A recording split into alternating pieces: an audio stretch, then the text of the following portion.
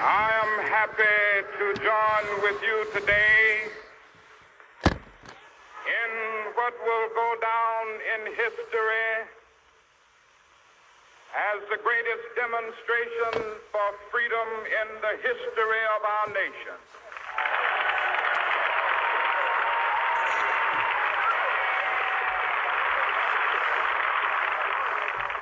Fourscore years ago,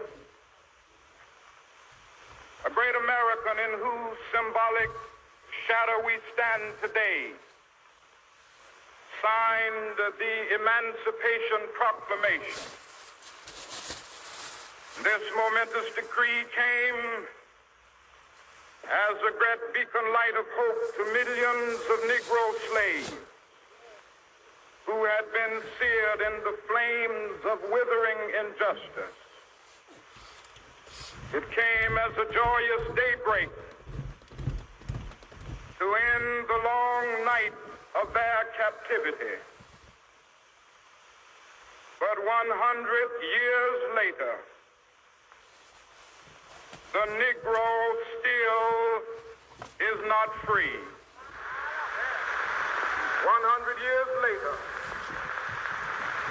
the life of the Negro is still sadly crippled by the manacles of segregation and the chains of discrimination.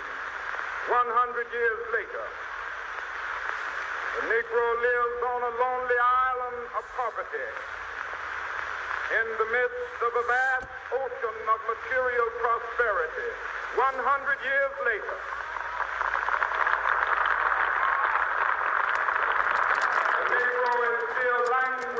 in the corners of American society and finds himself in exile in his own land. I still have a dream. It is a dream deeply rooted in the American dream. I have a dream that one day this nation will rise up, live out the true meaning of its creed. We hold these truths to be self-evident that all men are created equal. From the prodigious hilltops of New Hampshire, let freedom reign. Yes. From the mighty mountains of New York, yes. Let freedom reign from the heightening Alleghenies of Pennsylvania. Let freedom reign from the snow-capped Rockies of Colorado. Let freedom reign from the curvaceous slopes of California. But not only that, let freedom reign from Stone Mountain of Georgia. Let freedom reign from Lookout Mountain of Tennessee. Let freedom reign from every hill